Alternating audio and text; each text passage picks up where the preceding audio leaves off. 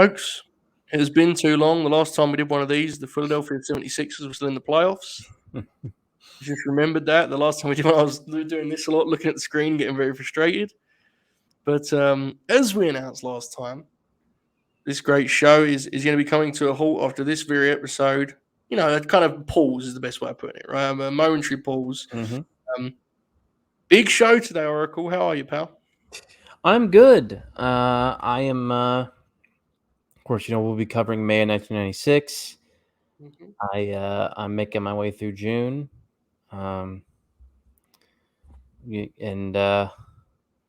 We've got some special historical oracles this summer. It's a big summer for wrestling, current wrestling. We're going to have some, handful of specials this summer. We'll slip in a few 96 shows here or there in the next 3 months, and then we'll get back to going all in on the Monday Night Wars come fall. This is the end of season 1, as we've sort of unofficially titled it as. The end of the first sort of leg of the Monday Night Wars. Yes. Which is from September 95 through May of 96. The next leg is 83 weeks, the very famous, or rather infamous. Increasingly infamous. My face is being, used as some sort of Morse code here. It happens. You get what you get, as they say. Exactly. Look at this. Look at these Bobby images here. Outstanding. I'm glad he cleared those allegations, aren't you, Oracle? Right. Anyway, enough about history, am I right? Right. Answer this question because I like it. Future historical oracle suggestion: an invasion run from May to Survivor Series. I think that could be interesting. That's a good option for sure. Dare I say, our friend, the famed confirmed ship, is still here. May even be down for some of that. Dare I say, that could be interesting, right? We could play around with that too. That could be a lot of fun. There's different things we can do, and any suggestions are accepted. In fact, Pat, if you can, because I know we talk, so if you DM me that, because I'll remember it better, because by the time the show ends, I'll absolutely not remember that suggestion. I've had, when we're, making millions of dollars on international television in a few years. Yeah. And we finished the Monday Night Wars. I have some future projects in mind, and we'll definitely try and tackle those. Either we'll totally self-implode, which is more likely, or like I said, we'll be making millions of dollars. So it's one or the other. It's not anything in between. You see in the chat here, it appears the Twitch is kicking the shit out of us. Uh-oh. Can you see us, guys? It says it's working fine. Tell us how we're doing here. It says excellent. We're clear. Seems like we're fine. Okay. Keep us updated, guys. This is very Twitch, man. I'm just rambling right now and making dumb jokes, so you're not. It seems like we're back. You're talking about when we're getting millionaires and stuff, which agreed. Agreed. Maybe they heard our commentary on Twitch earlier. Right. Yeah. Maybe. All right. That's a refresh owned. All right. Should we get into it, Oracle? We have a lot to discuss. Should we get to it? Let's do it. Let's cover it. All right, folks. Here we go.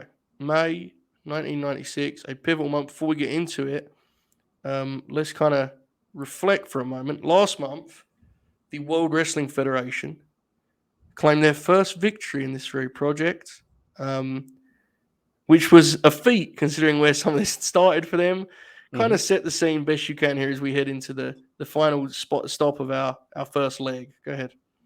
So WWE or WWF at the time is having a pretty strong spring coming off, fun WrestleMania. The Shawn title run didn't have great legs, but it was still churning along fine here. Yeah. Diesel feud wrapped up in April. Davey Boy feud is picked up, involving accusations of affairs and sexual scandals on the great HBK from the one James E. Cornette and Davey Boy Smith and Diana Hart Smith, Clarence Mason, their impeccable lawyer. Yes. doing their deed for them. WCW seems to be struggling along.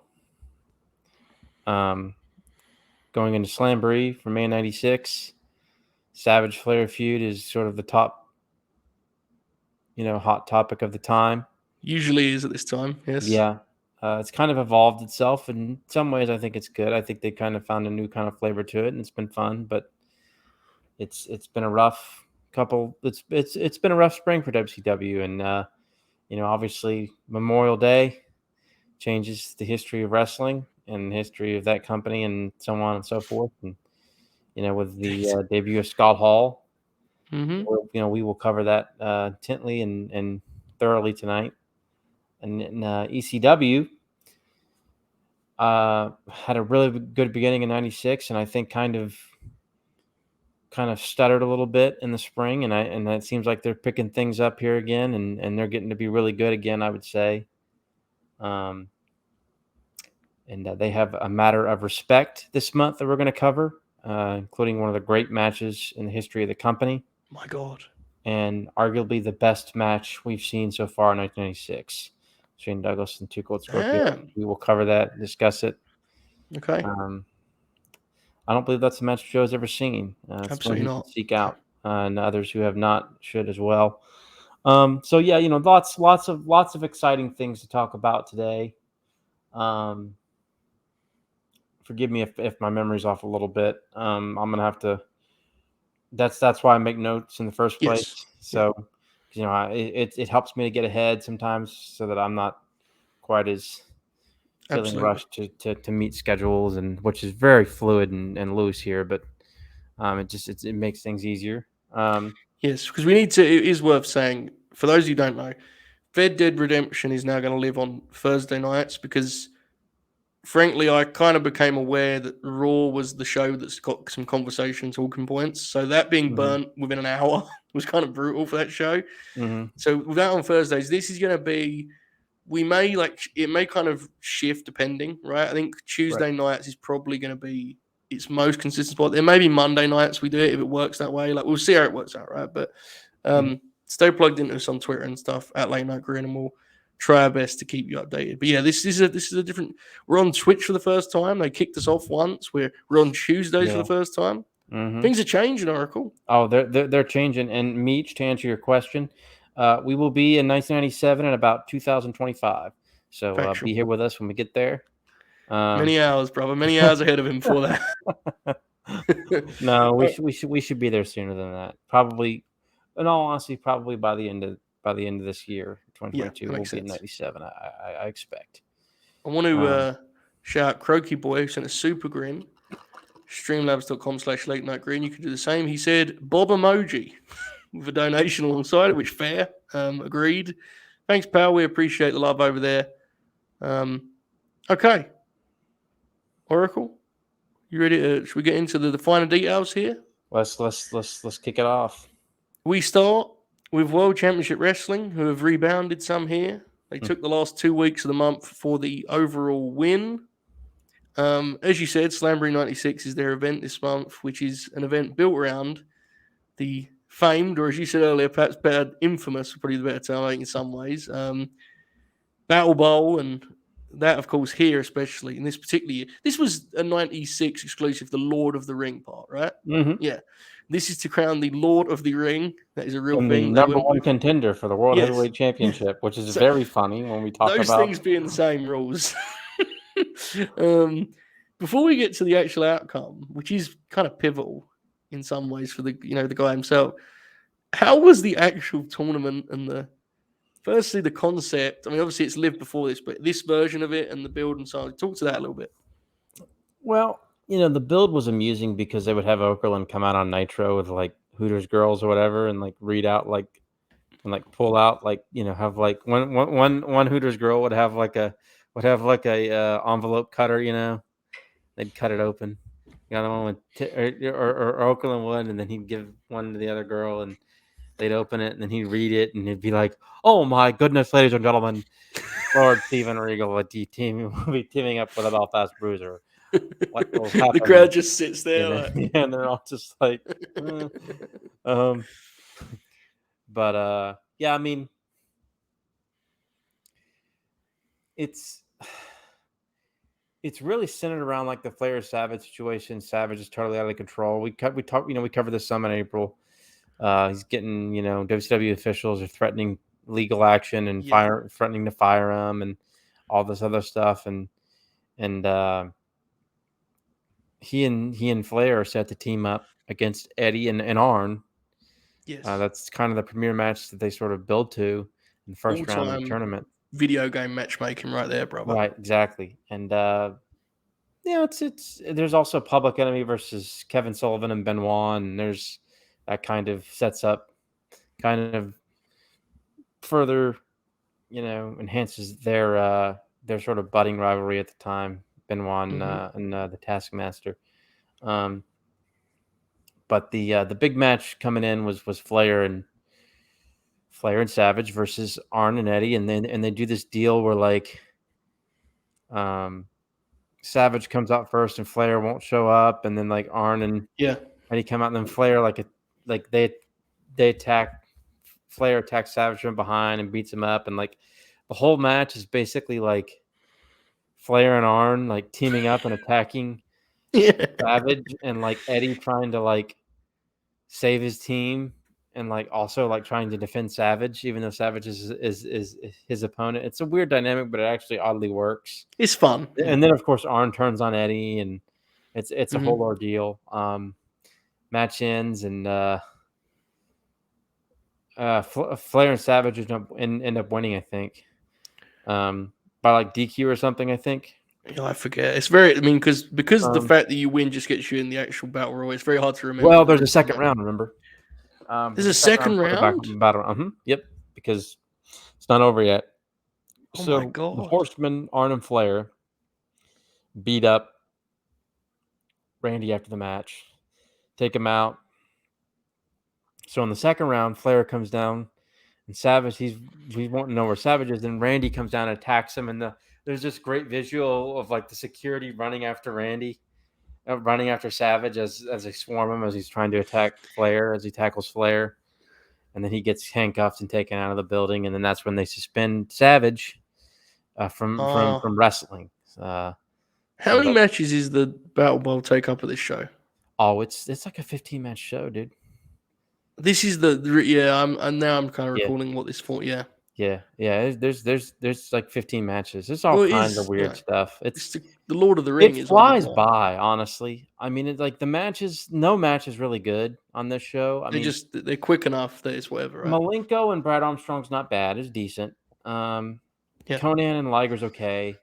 Those are one. Malenko was a cruiserweight title match, and Conan was a U.S. title match with Liger. But and Giant and Sting had a title match at the end, which was actually pretty fun. Match. Yeah. Sting is actually having a pretty good year, in my opinion. In '96, he's really working hard. Same with Luger as well. But I mean, the whole sort of focus of the show and the month is really the Flair Savage situation, and Savage attacking Flair, and ended up, I guess it was one too far, which is kind of weird booking, because he was, getting fucked over by Flair so much. Of course, he ends up getting suspended from being a wrestler, which will lead into the angle later in the night, as well as at the end of the month for the Great American Bash, and the biggest match that's promoted for that show. Yes. Which we will talk about after Slamboree here tonight. Absolutely. Quickly, shout out to Aiden for following us here and JJ for subscribing. We appreciate you guys. Let's stick with the lead in here. The best match of the month was Flair's TV match with Eddie, which is one of the Nitro matches I remember most. Yep. As being like a truce, because Nitro is a great show, but in terms of standout matches, this one really comes to mind before. Yeah, there's many. Probably maybe. I mean, I bet there's still some gems out there, particularly ones that I would really enjoy. Yeah. But there's probably only like 25 or 30 Nitro matches that I would say, yeah. On my personal, if you just ask me about prep name matches, this would come up very early. I think for me because it's a memorable matchup, right? Right. Wait, do you guys get that many ads? Guys, we really don't have control of that. I do apologize. The ads are unbearable. Talk us through that, pal. Match of the month: Ric Flair and Eddie. Yeah, man. It was just Flair gave Eddie so much here. Made Eddie look good. I thought Flair was surprisingly good at being a base. Like Flair's always been a good stooge and a good bumper, Yeah. but just like basing for Eddie's, fresher, lucha-esque spots was impressive from Flair. I thought, particularly at his age. Flair was He's 47 years old at this point. 27, yeah. Yeah. So I mean, yeah, I know. And then here he is, wrestling in Nashville in a month and a half. But yeah, I mean, it was just a really strong match. I think there are some folks who like it even more than I do, but it was certainly the best match of the month. It's not And perfect, right? It's just good pro wrestling. I think what makes it stand out is Flair giving Eddie so much, and it really felt like it really felt like Eddie was kind of on the horizon of some sort of nice push. And really Eddie kind of even remained to get he kind of fell off a little bit from here, but he really got a really solid push through about the beginning of 97. And then of course he had his great heel turn. He was incredible in 97, but he just sort of flatlined. Even when he was so good with the Ray feud and stuff, they just never really gave him that. I think the problem was after that, because he had a strong 96. You remember he has later on he'll have the DDP feud, which was really good. Yeah. And then he has the feud with Six, and he gets involved with the NWO, and he has a slow heel turn. And then after that, after the Ray feud, he doesn't really. I just think too few of their actual top guys were willing to play ball with these dudes the way Flair did. Like Flair, obviously, a greatly flawed individual, but of that group of top guys, he of course would be the one that would have this match with Eddie. Right. So a lot of those top guys were not. They're just gonna beat him. From what I understand, Luger and Eddie have a great match on Saturday night, and Luger is very, very giving. When was that 96 too? Earlier, a few months back. Luger's first couple years back in the promotion, really great. Oh yeah, 96, 97. Really, he's super motivated and. Because he came on a low contract and he completely overperformed. It's really interesting. Which is completely at odds of his general reputation, which is shows you how much being popular with the boys can shape your narrative. But nonetheless, let's stick with Flair actually while we're here. This Mongo business, let's explore that now because I think it's fun. And while we're talking about Flair, let's stick with that stuff. It's very fondly remembered in a range of ways, but I think fondly is still the key word. Talk us through the Ric Flair Mongo shenanigans that are taking place. So essentially, in April and through first half of May, Flair's basically trying to serenade would be the nice version of it. Yeah. Deborah McMichael, who's always at ringside, because she. It's presented as she travels with her husband, Steve McMichael, the shows, and Flair's over there flirting with her and trying to, get her attention and giving her flowers and all this other stuff and kissing her hand and all this stuff. And Mongo doesn't like it. And Mongo ends up confronting Flair and leads up to this angle at Slamboree later in the night, because they did the angle at Slamboree where Flair comes out and cuts a promo on Savage getting tossed out and being suspended or whatever. And Mongo comes out and confronts him, and because, Flair's got words on, from Mongo too. And, Mongo challenges him to a match, and Flair and Arn are incredible here. Because Flair's like, I'll challenge anybody. Is it Lawrence Taylor? He's like, is it Lawrence Taylor? Is it so on? He starts naming all these people. And then all of a sudden, Mongo goes, no, baby, it's Kevin Green. And Kevin Green comes out, decent pop, and Flair's reaction goes, I didn't say anybody who's a current player. They play it off so well. It's, and then Kevin Green he's such a good pro wrestling personality. Yeah. And he was not bad in the ring either. Right. he was always green. No pun intended, but may he rest in peace. He passed away a year or two ago. But too young, honestly. He was much too young when he passed. Yeah. But he just had a great personality. He ran off, Arn and Flair, and cut a good fiery promo. He was a fun promo, man. Very energetic. Yeah, Very very, energetic very, very personality. fun wrestling personality. Very fitting, very well with the '90s vibe. He was super enjoyable and fun. This was a fun little angle, and of course, after this, we get these great cheesy vignettes with Mongo and Kevin Green, like training for this tag match that they have with Arn and Flair at Great American Bash, which is the most hyped match for the show. And they do these video montages, and like Kevin Green is like unable to understand, like he's not able to like comprehend how wrestling actually works. He thinks he just like do like a 4-point stance and like go on their side of the ball. It's very funny. I need to rewatch this shit. And we'll get to it because it bleeds Right. into June, but eventually, Bobby Heenan ends up being the coach because he said he's not going to be a manager anymore for the Horsemen, and Macho Man is able to be the manager or the coach for Mongo and Kevin Green because he's still suspended from being a wrestler, but not from a coach. There's a little WCW committee loophole there. We'll talk about that further when we get to June, but it's a really fun storyline. It's cheesy, but it's very fun, very 90s. The celebrity sport athlete mix is great. Like, I think it's a great build. I think it's I'll say this and we'll cover it more, but like I'm right at the Great American Bash now. Like, that's my next event, and it's the most excited I've been for a show since November 95, since I've done this project. That's telling. So.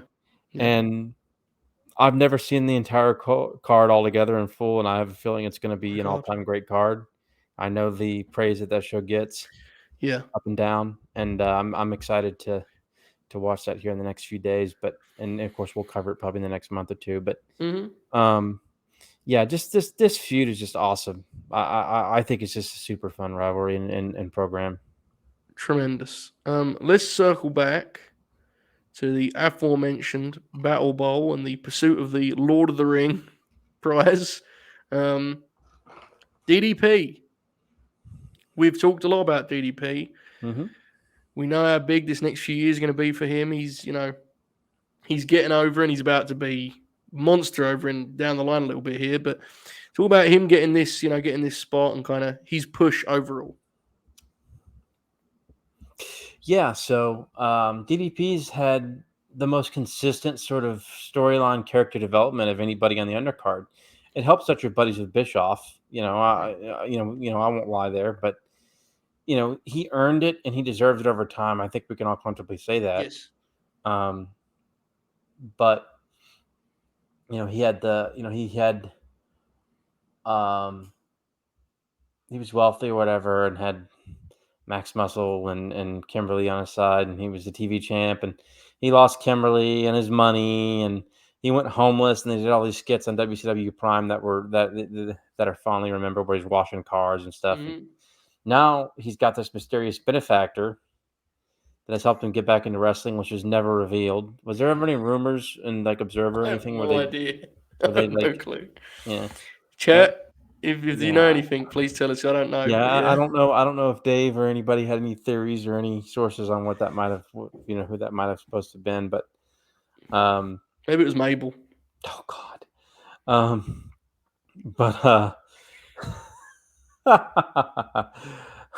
Third man pop. Yeah.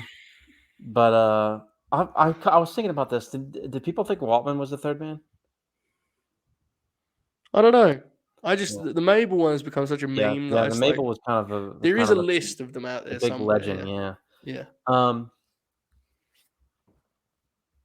So DDP's back in wrestling. Of course, he gets into the tournament and win. He gets in there, and they're in the Battle Bowl.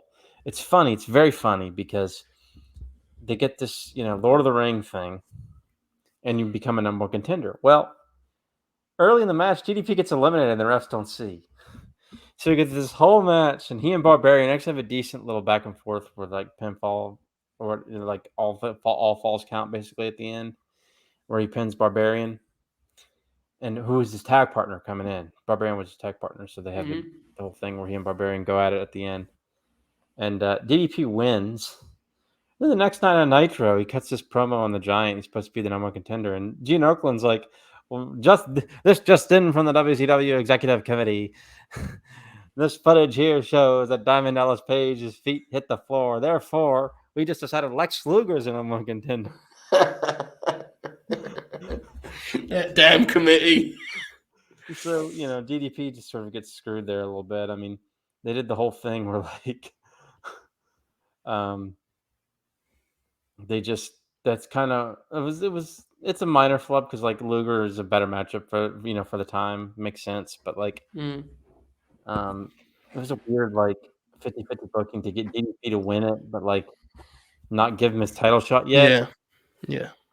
Whereas like when Austin cheated to win the Rumble '97, they found a really smart way to get out of that with the. It's a hilarious, Final like it Four. makes nothing of the big pay-per-view like attraction of the Lord of the Right. Ring, and it's just this, but I know. And then, well, I mean, he ends up feuding with like the Guerreros, and like all of his matches are for the Lord of the Ring for like Yeah. 6 months. he has the ring. Yeah, I guess. Yeah. I guess that's what matters, right? And that, I mean, the ring doesn't get him over. I think he starts to get better in the ring, and like the It Diamond adds Cutter something, becomes right? like a Yeah, part of pop culture, basically.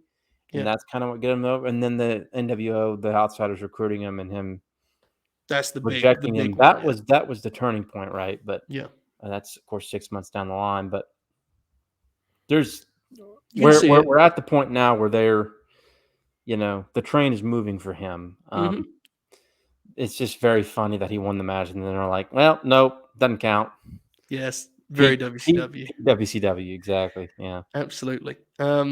Let's stick with Slamboree. You mentioned the main event for the title, Sting versus the Giant. I like this match. Mhm. How is the Giant coming along as champ? Obviously, his reign is. I mean, it's soon to me an inevitable end when some certain Yeah. angles get going. But Right. how's he doing as champ here? Obviously, he started in this sort of role, and it was the whole mess with Hogan. But here he is as champ. How's he doing? I really like the feud with Sting and Luger here. Yeah. I think he's getting more confident. Giant is here. You can tell he's more confident. He's cutting some good promos. And he's so athletic. Even though like his facial expressions and his yell are kind of cheesy, he's so athletic. Yeah. And he's just menacing enough to where he's like believable as like a dangerous giant. I mean, he's a big fucking guy, right? So I mean, it's believable regardless. But his athleticism and his promos and stuff, I think he's just more than anything. I can just tell he's more confident in himself at this point. Where in the second half of '95, that was not the case at all. I think this is always a good way to gauge a wrestling roster, and especially when you have 12 pay-per-views or 11, whatever they have this year. Like, these are basically just stops for the Giant, and his matches are Sting and Luger. Yeah. It's like, dude, that if you're a heel, this was quite the roster, right? I mean, you had some guys lined up with you, like dudes with credibility. They've been champion, and I think it speaks to this is a match that I think is another great example of like why Sting there's such an adoration for him because the way he approaches wrestling compared to some of his peers in this regard. Now, shout out to Lex, you're right. This time he's very similar in that sense, but Sting he's given it everything he can in this little stretch here before. Oh yeah, his character obviously transforms before long, but it's interesting to look back. Okay, you mentioned this earlier also. Cruiserweight title, Dean Malenko, Brad Armstrong. The cruiserweights are here, Oracle. Talk us through the early days here for the official cruiserweight division. It's basically just Malenko wrestling like Liger once, which was very good. Yeah. Though I think the Flair Eddie match was clearly better, but that was probably the second best match of the month. I think it was on the May 6th Nitro. Was okay on Liger. And like it's basically Dean versus like WCW show jobbers or like high ranking ones like Brad Armstrong and Bobby Walker. And He's the it, ace, brother. which yeah, hard work, brother. Hard work, Bobby Walker. It's funny, like they brought him in on the first 2 Hour Nitro on May 27th and had him like win a match, like stun somebody. I can't remember who he beat, and like it just popped me that like, oh man, here's hard work, who I actually do not dislike, but it's He's just fine. funny because like they brought him in and then he's like, well, you almost never see him on Nitro again except for when they throw him in the 60-man Oh yes, of you course. know Hell Royals or whatever the hell. Oh, that's bad. But it's just it's developing. Yeah. There's not much going on here. They announced Malenko and Ray, I think, on the 27th of May for Great American Bash. So that's being built too. Yeah, which is a famous kind of Yes, kicking off. yes, that's really the Yeah. first. Yeah. Malenko and Liger was where really the Benoit Eddie Dean matches in late '95 were kind of the precursor, but and then you get Malenko Liger, Malenko Otani, where Malenko wins the title, but that was on a C show. It's not on. I don't. Pop. That may be on Peacock, but it's not on one of the proper shows that we're reviewing here. But the division's getting here. I want to point out just briefly another division that is being promoted and hyped that we will not get for another year is Blood Runs Cold, the Great Martial Arts Division of World Championship Wrestling. That just sort of develops into a Glacier and Friends versus James Vandenberg and James Vandenberg and Minions for about 8 months. But we're not. Leave the memories alone, brother. Leave the memories alone. We'll hit that 97, in 2026. So, how was the Brett Armstrong match? You said it was pretty good. It was decent. Earlier, you said. Mm-hmm. Do you think it's like a shame that Brad he never gets rolling in this era? I've said it to you before, but when Jericho signed, the big match Bischoff wanted to run he was like, we're going to work Brett Armstrong. It's going to be incredible. And I honestly co-signed that because if I was a booker, I also would have been a huge mark for Brett Armstrong because he fucking ruled. But Brad almost never had a bad match. It never quite works him in this time though. When you think of Brett Armstrong, you think of the years prior to this, right? I do anyway. That's the way right. That's what I think of. Although I think the Armstrong curse gimmick on the C shows, yes, yeah, awesome.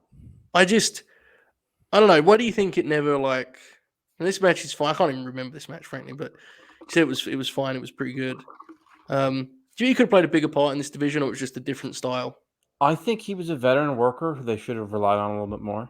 Yeah. I think he's someone who could have worked well with all the cruisers. Yeah, added something different too, right? Yep, added something different. I think he was somebody who probably could have helped.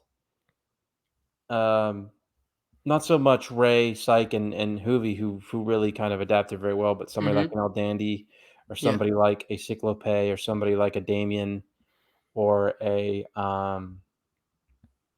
Liz Mark, or whoever, the Vianos. But Silver King, Silver King was awfully good. Even La Parka and Silver King were both kind of adapted pretty well. El Dandy was great too. It's just going on a tangent here, but El Dandy is one of the great workers ever, of all time, and people need to understand that. And that's why the Bret Hart comment's so funny. Yeah, because El Dandy is legitimately, arguably better than Bret Hart in the ring. It's a shoot. Yeah, there's an argument to be made that El Dandy at his peak at least was better than Bret in the ring. Well, we need to explore. Yeah, I need to explore. And I brought up Luch's. It's tough. If you can't get into it and you don't like it, it's fine. It's a different thing altogether. But El Dandy's an absolutely remarkable worker and should be studied and looked at. But I back to Brad Armstrong. I think he.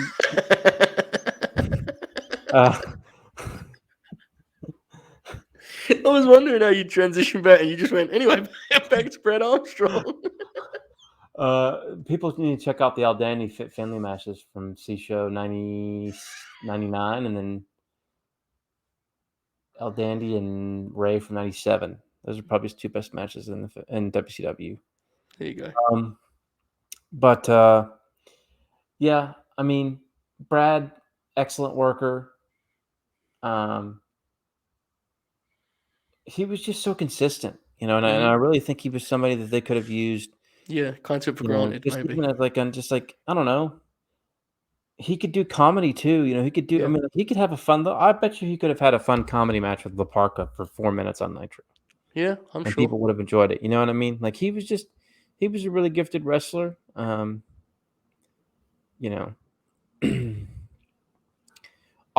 all the Armstrong kids were good wrestlers. Funny enough, Road Dogg was the worst. And Yeah, I didn't hate Road Dogg in the ring. I think he'd concede that, honestly. Yeah. I think he would say that himself. I mean, Steve was out. Steve was great, and Scott was really good. Mm-hmm.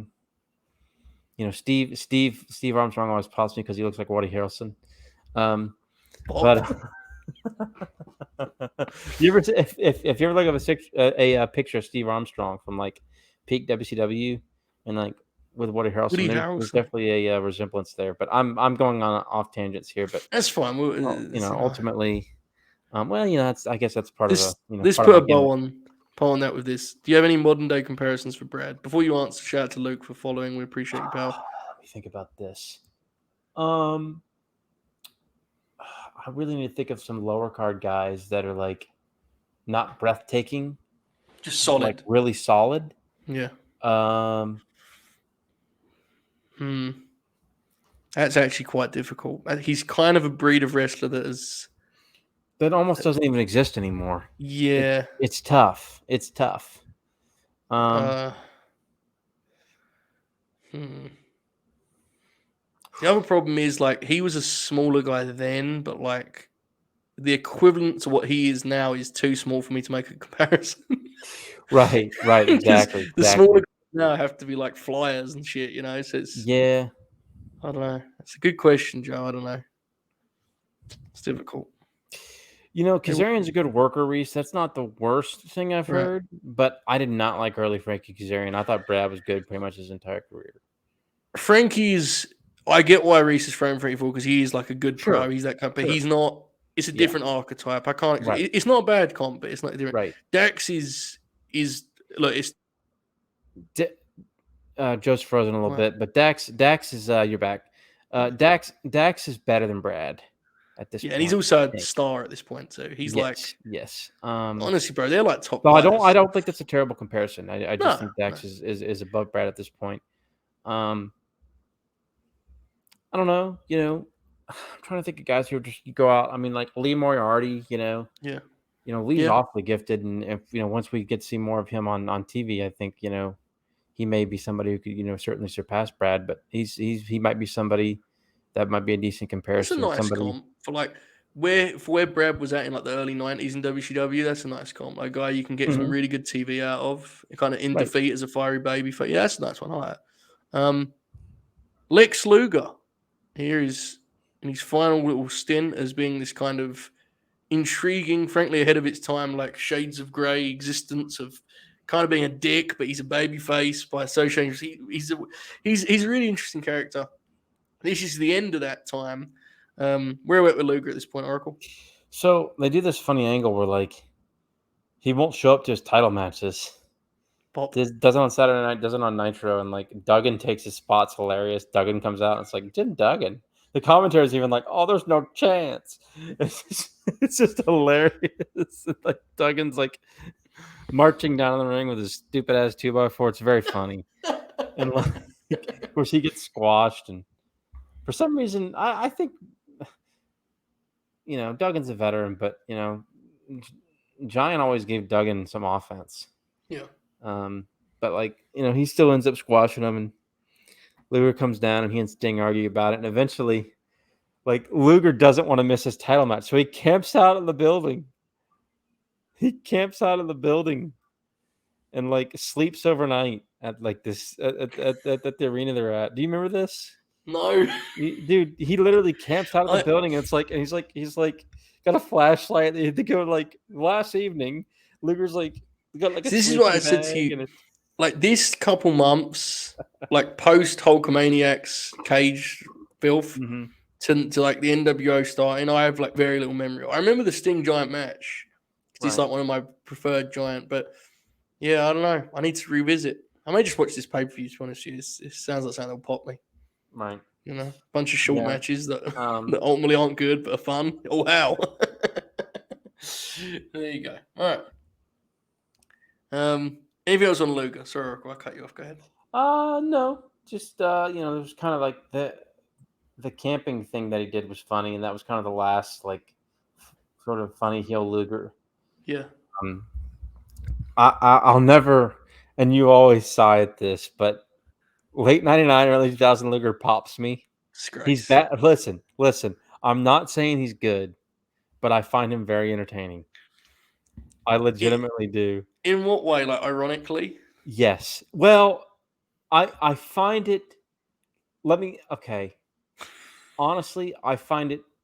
There's a charm to a roided up guy who's like a chicken shit heel. It's fucking amazing. It's like that weird thing that in like bad sports comedies where like the jocks like actually a chicken shit. Yeah. It pops me.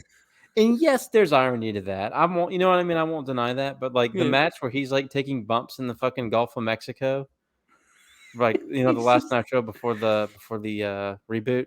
the reboot, yeah. That stuff's incredible, man. Like he's look, he's not good, but he's entertaining. There's a difference, right? Okay, that's fine. I get it. I get it. When we get there and I see everything, I may change my mind. I very well may. That there's always a chance, in 2028 when we get there. But We'll see. Maybe I'm stressing too much on post. post Joe's frozen again. I, I You're back. said I said maybe I'm stressing too much on post reboot rather than pre. Maybe that's my mistake, but we'll Yeah. see. I apologize for my freezing, folks. The Road Warriors have vanished from World Championship Wrestling. Where are we at with the Road Warriors at this point? They got this like stretch for them is real odd in a lot of different ways. Where are we It was at a in bad May of run. It was a bad '96? run. Yeah, strange run too. They It was just weird. vanish and they don't show back up till the famous Raw where ECW invades and they destroy PG-13 and it's awesome. Yes, that In does February rule. '97. Yeah. It's like one of their own reboots. They have many like let's get the Road Warriors going again because then do it WrestleMania 14. They do it again, Yeah, right? with Sonny. Yeah. Yeah, I don't know. Yeah. It's a shame. They were lightning a bottle, right? And I think Mm-hmm. okay, the Shark has been bless his heart. He's been kicked out of the Dungeon of Doom, and oh man, talking about runs. This Shark stuff is kind of sad. Not kind of, it's sad. He has the tattoo, and Big Bubba, who's by the way awesome in this feud. He's awesome in this feud. he rules, as we know. He rules. So He literally he's great in this feud. that tracks. He has a great. I think it's in June though. I don't want to skip ahead too much, but he cuts this incredible promo where he's like doing like He's doing like karate moves with the scissors that he cut John Tenta's hair with. Yeah, And he's just cutting this great promo. I don't know. It's just Tenta walking around with he's a a tragic Skrillex figure. haircut before Yeah, Skrillex was even a thing. Very funny. I imagine, John Tenta didn't realize he was getting like a early 2010s rave haircut when he got it, but no, I don't think so. No. the The crazy thing, maybe that was the inspiration for Athena's hair. dude. He was 32. No, 33 when this stuff was going on. Yeah, I know. He feels, bless him, he feels so close to the end, Yeah, his health was not great, and It wasn't. he he lost an awful lot of weight when he was Golga, right? Yes. The thing is with Tenor is he was like a lot of fun as a big man. Mm-hmm. When like this run is like, man, I'd rather just be off TV. I don't know. I mean, I've always heard the Carson City Silver Dollar match is actually not that bad. well, I'll let you decide for yourself. My memory had a very different That's review. maybe I'm misremembering. I could misremember. No, You know, you're probably right. You probably heard it. I must admit, in my own personal log, when I look at that, I did not have a positive review necessarily. And I love me calls some me a Carson City. So what the fuck is that? and that rules though. But That does that's rule. not the bash. That's the bash is the first match of the feud, and then That's the bash of the beach. Bash of the Beach, yes. Yeah. Which, by the way, there's no way Vince ever would have gone for the branding of 1 month being Great American Bash, the next being Bash of the Beach. No way he would have gone for that. Sound the same. Why would you do that? To Bash. Anyway, Regal. We did a green grappler for Regal last week. We all recommend you check that out. It was a lot of fun. He takes best promo of his promo on the final week. We're about to get into the big topics in terms of Nitro, but let's firstly stop here. What was Regal's promo about, Oracle? Oh, he just cuts a. So it's the night Hall debuts, and Regal like alludes to Hall showing up, and like cuts this great promo on like the WWF and Scott Hall, and then like cuts a scathing one on Sting. It's just awesome. He rules, doesn't he? He's excellent. That Green Grappler, guys, seriously, if you have any interest in the old school stuff, you'll love Green Grappler. I think we're all very happy with how that show's turned out. So, Regal one was a lot of fun. Okay, the big topics when it comes to WCW. We're going to close with the big one, but this one's important, especially for you. 2-hour Nitro, brother. The end of an era. The 1 hour All Star show has come to an end. It's a fascinating time. Speak about this move and kind of. It's really a major thing in wrestling. I mean, the NWO angle is huge, but this changes wrestling TV forever because Raw reacts and away we go. It's interesting to look back on. So basically, like the Nitro after Slamboree 90 minutes with Flair and Eddie. Yeah. Then they get their 2 hour Nitro on Memorial Day 96. Starts out as a regular show. Mm-hmm. And to briefly say, I mean, the 2 hour Nitros have been pretty good so far, right? Like June, as I've gotten to June, they're good for the first stretch. Honestly, they've been pretty good. They don't get great till July. Yeah, but they've been pretty good. Now they have great moments, and it gets better and better every week. I will say, like, the Nasties and Public Enemy going like 20.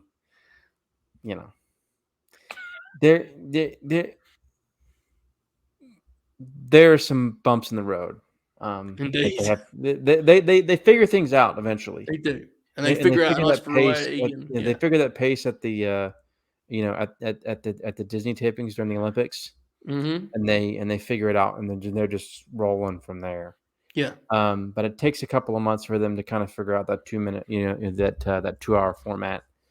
But so it starts as a regular show, Memorial Day show, and the debut of one Mike Enos. Indeed, that steals the headlines. Yes, as the Mauler with Colonel Robert Parker's new guy, the Mauler, and he is wrestling. Who is he wrestling? It's one of the guys from Well Done, right? Yeah, I don't know. It's like Stephen Well or whatever, or Stephen Dunn or maybe.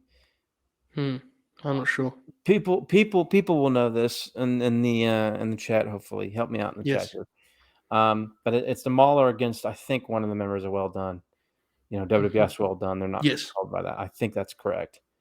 And they're just kind of having a match, and Enos is kind of doing his thing, and it's great because they catch it because it's on the car. It's across from the hard cam. It rolls. And you see Hall on like all of his denim pants, denim jeans, jacket, denim vest, walking down. He's got the razor haircut. He's got the Steve Dahl. Thank you. He's got the toothpick, and he comes, and the camera immediately goes over to him. Well, not immediately, but it finds him. Yeah. And all of a sudden, Shivani and Zbyszko are on commentary, and what's this? What's he doing here? And they play it so interestingly because you have to remember what the time. Mm-hmm. And I don't, because I always do this, but I'm like, well, wouldn't the security guard will come up and try to stop him? But then I remember that Bischoff ends up being the person behind it. So I think there was it kind of explains it to a degree. Although I always thought it would be one way you could tweak it was that Hall just punches out a security guy or like Dex Doug Bellinger or something. Do you think in some ways it works like this because the idea is it's so surreal Yeah, that people exactly. have, That's how they treated it, and that's why it yeah, kind of works. because people Because kind like of would, it when, must because be like part in of the show, hindsight, you right? think about it. Well, maybe he should, Right. maybe you should punch Doug Dellinger or something. Yeah. You know what I Right. mean? Like But no one knew how to react right, because right. Because it's just so shocking. Because it's the that's the key is unfathomable. what time it Yeah. was. It was 1996. This was not something that um, you would do. Yeah. And so like Hall gets in the ring. It's funny. Colonel Parker looks over at Steve Dawes like, nah, fuck this. Just leave. Don't get paid that much, brother. Let's go. Let's And go like, home. and you're right. That's the best way to describe it. Is like you can get into the details of like the execution, and I don't even think that like my like devil's advocate thoughts are illegitimate, right? It's just that No. the idea is that it's so surreal that this is happening that you Yeah. don't even care why or how it's happening. It's happening, right? And I think there's almost logic to the notion that a security guard would be so caught off guard he'd have to assume it was almost part of the show. And there's always Right, something to that. right, And right, then in exactly. following weeks they're ready for it and they know it was not part of the show and it needs to be. And then Right, you can exactly, adjust. especially, when we go into the bash and they got the Right. bats and stuff. Right, right, right, Yeah. exactly, or after the bash, going in and bash at the beach. Yeah. Um, but, yeah, they get better with that small attention to detail They after this do. Week. They do a great job moving The forward with it. key Yeah. the key with it here is just the sort of shock of it. Yeah. Um, and that's what makes this. Hall gets in there and cuts the promo and says, "You want a war? We're here," and there's confusion, and I'll give them credit. They don't like right after they go to the break right afterwards, Mm-hmm. and it's key that he's in Razor Ramon speak, which is key for the lawsuits to come. Indeed. And, especially the segment at Great American Bash where Bischoff is like, "Do you work for them?" Mm-hmm. Which they have to That is do. hilarious. You Yeah. know? Yes. So they come back from the break and they don't even really mention it right away. They just kind of, Shivani just kind of kind of half-assedly goes, we've had Mm-hmm. some interesting interruptions here. They play it off like it wasn't supposed to happen. They do Right. it so well. And then I really liked when they went to the second hour, and this is where they start to get the details really well. As Bischoff says, somebody came here tonight. We're going to give him a chance to speak his mind. That's all you have to do. Yeah. So That's now enough. it's like, okay, now all that, see, but they don't, they're worried about everything else. Mm-hmm. I love, and he comes in at the end of the show, and Heenan flees the set, and Bischoff's confronted by Hall, and Hall cuts this great promo about, "You want a war? We'll bring you a war." Mm-hmm. And says, "Yeah, I want you bring," and he actually doesn't mention Hogan in this promo. Right. Um, Which is interesting in hindsight, yes. right? Very Now interesting. Nash mentions Hogan in his Yes. promo when he debuts, "Blunder in Paradise," as he hilariously says. That might be Nash's best promo ever. But look at the adjective. We'll get to that. But A rare L for Big Sexy. The look of the adjective. it's That's a verb, wild. pal. Yeah. But anyways, yeah. So it's just great confrontation there, and Bischoff's like, "He's out of here," Bischoff does this thing. "We'll see you next week." It's just great reaction to it, and of course the next week, was June, and they don't even talk about it. And then Right. he shows back up at the end of the episode in the Sting confrontation, and we'll cover that at some point. But it gets, yeah, man. I mean, just to me, the highlight was always not even the Hall promo at the end, because like it's when you first see him in the crowd. That's the best part by That's far. the boom. That's the spark Honestly, right there. the actual first Hall promo, while it has an iconic line or two, I do not think is his It's finest not work great. at No, no, all. no. The next week with the Sting competition, that's Yes, outstanding. that's a much better setting for him Mhm. than Right, just in right. the. That's And like heat eventually, and and yeah, like, oh shit, that like the crowd stands yeah, up after the slap. Like this is kind of like the key with this one is just the moment you spot him in the crowd, the fans exactly. spotting him in the crowd, you watching at home spotting him in the crowd. Hmm. That's the kind of big moment here. Yes. We get the Mm-hmm. commentary confrontations sort of Mm-hmm. pile, I love kind those of get angles anyway. I yes, love those because yes. they feel natural. To me, Mhm. that's perfect. Um, okay, fair to say a big month for WCW, Oracle. Fair to say, Oh yeah, absolutely. Just massive. they're they're uh they're stringing together some big success and got about the biggest angle and basically maybe the history of wrestling. Right. Sparking That's things yeah. here. So It's gonna be fun to revisit some of that stuff. Okay, let's move to ECW. Their event, as you said, a matter of respect. Main event. We have the gangsters with Dreamer, right? mhm. Then with Brian Lee. Where are we at with both of these feuds, kind of individually, and then them overlapping for the sake of this main event? Go ahead. Yeah, so the gangsters and the eliminators are kind of wrapping their deal up. Hardcore Heaven, I believe, is the show for June, which will be the big show we'll cover Mm-hmm. for June, and that's a big event, right? For ECW, one of their probably 5 biggest shows, and that's where both of these feuds sort of end. Dreamer and Brian Lee will have a weapons match at Hardcore Heaven, and the Gangsters Mm-hmm. and the Eliminators, I believe, have a final sort of crazy brawl Yeah. on that show as well. But yeah, this was this was a super fun match. This actually made the '96 yearbook. Oh my Um, God, that yeah, rules. kind of a wild brawl. Dreamer takes some crazy bumps. Just a crazy wild brawl. Um, just uh, just some really good stuff. Um, one of the better ECW brawls, actually. There's some meandering and typical, Right. eye rolls, but like it's a fun match. There's yeah, it's a super fun match. Good shit. Okay, this gets to the one that you gave some big praise for earlier. Hmm. Shane Douglas taking the TV title against Too Cold Scorpio. You said it was the best match of ECW's month, but you said earlier it may have been the best match so far for the year here. Hmm. Talk us through it. It's just a really good technical match, Yeah. and they have some crazy big spots. I really think you would pop for it. Like Yeah, I need to see this stuff. it's just a great match. Mm-hmm. They just go all out and really pay. It's paced really well. Um, it's very well worked. Um, Douglas is not the most exciting wrestler in the ring a lot of times or elsewhere.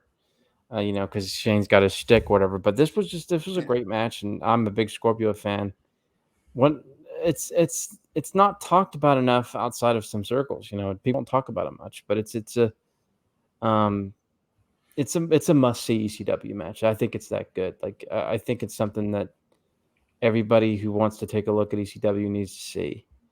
Wow. It's a good Okay. representation of how they can have like a big time title match because it's treated as such in this company, where people think it's just a hardcore Yeah. garbage company, garbage Mm-hmm. wrestling, and it's not entirely that. This was a really good example of how they could actually have a really strong title match. That's really what it was just a great title match. Yeah. Just a really great title match. And they had a great build, great angle surrounding it. Douglas turning heel and not, sort of disrespecting the TV title and the TV Right. champions and there was like they put a lot of sort of the angle of pride in it with Too Mm-hmm. Cold and stuff. It was a great match. Good shit. Okay. Shout out to Neil, who followed. Sabu and RVD is also on the card. I'm going to be saying that a lot in the coming years. The twists and turns here take place takes best angles. So lay this kind of situation because I know there's a lot of moving pieces. And then even Paulie's response to. So try and explain this best you can because I know there's a lot going on with Sabu and RVD. So RVD debuted in early '96. We covered that, and Yes. Sabu's kind of been like a work rate guy largely since he's come back. At November to November '95. And they've got this rivalry going on, and they've got this thing where, RVD didn't shake Sabu's hand after their match. And so we got this respect match. It's RVD and Sabu, and oh gosh, I should know this. Do you have the results in front of you? I can get them. You want the result for this particular match? Yes, please do that, because I don't want to be wrong on that. Okay. Again, folks, my memory can be a little bit harsh to It me, was even with my RVD1, right? RVD1, yeah. I thought so, yeah, because that's important. Because I don't want to be wrong there. Mm-hmm. So Sabu wins the first match, and RVD refuses to shake his hand. There's a big deal, so they make this respect match. Match is overrated. It's okay. They do their shit. Sloppy, big spots. A lot of people. It was very much heralded at the time and on online circles, but doesn't hold up that well. Their tag team feud with Eliminators is much better in my opinion, which comes on later in the year, late '96, early '97, when they form a team. But so basically, RVD wins this match, and he kind of leaves. Or like Sabu's hurt or whatever, because RVD hits him with like these crazy violent brain busters that don't look safe at all. It was like scary, actually, because Sabu broke his neck, right? At November 94. So they do this whole thing where RVD works over his neck and ends up beating Sabu, and Sabu's like about to be stretchered out, and Paul Heyman comes out and goes, "This man came out, and I want Sabu to come out and follow the rules of the stipulation, and that's to shake the hand of Rob Van Dam." So, Sabu gets up, and he's willing to, because Sabu's willing to do it, Yeah. Sabu, I'm going to follow the rules and shake your hand. And RVD comes out and goes, he refuses to shake his hand and goes, "You're a piece of shit. I'm not shaking your hand. You're a piece of shit," in RVD voice. And that was pretty good. Yeah. Decent. And as he leaves the ring, Taz and Bill Alfonso are out in the aisle. And RVD goes, "I'll shake this man's hand," and high fives Bill Alfonso and shakes his hand. And so we go back to the Taz Sabu situation. So the story is obviously, we build up to this eventual match, of course, that they have at Barely Legal 97. That's his 18-month build. And the whole idea is that Sabu doesn't want to face his old tag partner. Yeah. And Taz is calling him out, and Taz is mocking him in all of his matches and all this stuff. So now Taz is trying to get Sabu hurt. And the whole angle is after on the TV after this episode, after the show, Heyman cuts his promo saying, nobody in the room knew that Sabu had neck problems. Nobody knew Sabu's medical issues right now, except for Sabu, Chris Benoit, the man who broke his neck in November '94, and Taz, his tag team partner at the time. Who do you think was the one that told RVD? A typical Heyman promo. And so now.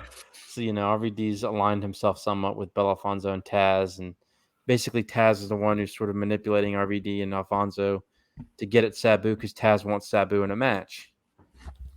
And, Sabu doesn't want to wrestle his old tag partner, so we're really starting to kick into that build.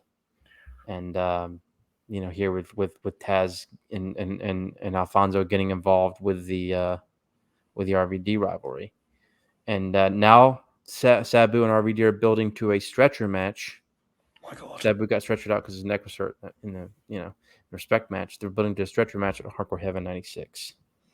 Okay. Paulie's so the promo you alluded to there from Paulie was the best promo one, right? Where he kind of there's typical pieces, right. Typical, together. The ECW Paulie promos where he's like, his head's up and his hat, the brim of his hat's like. Bless his heart. Bless him. What a character, huh? What a character. I know. Chris Jericho beats Michael Whitrick on this show.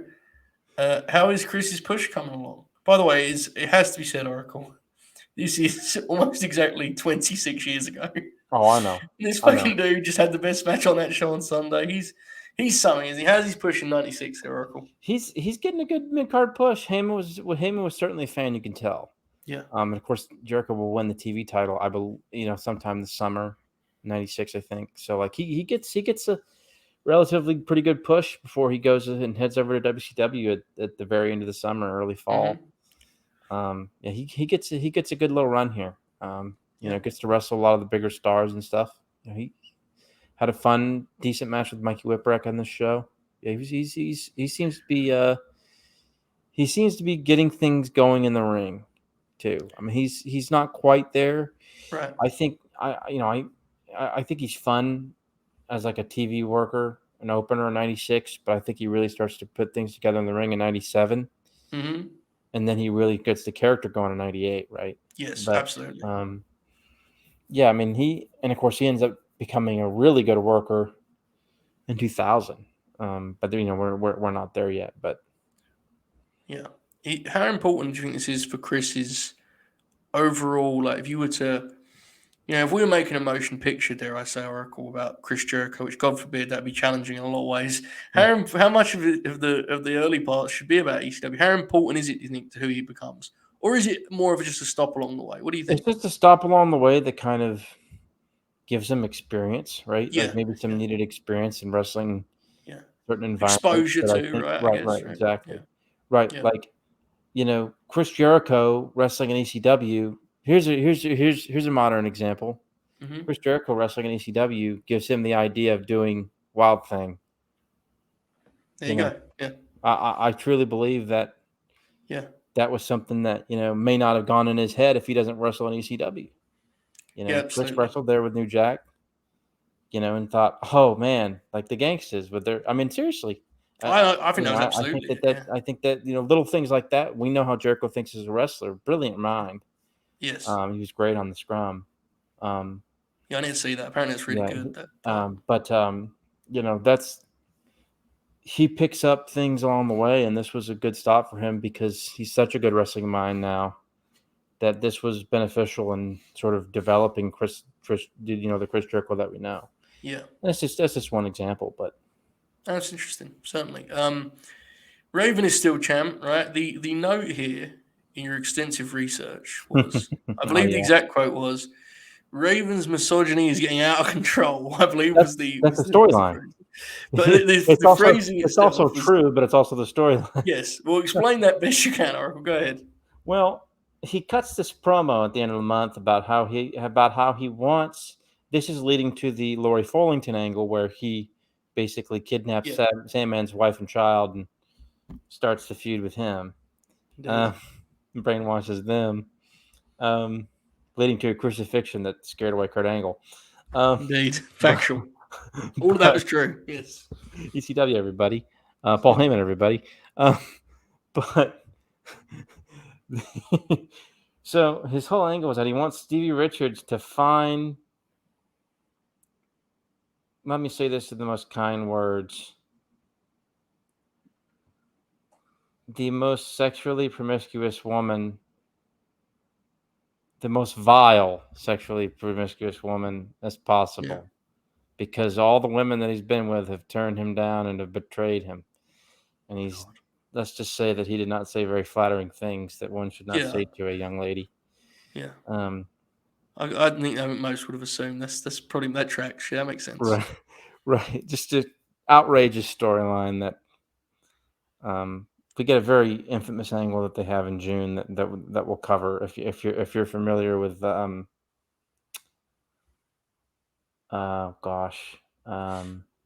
Hugh Grant. Oh yeah.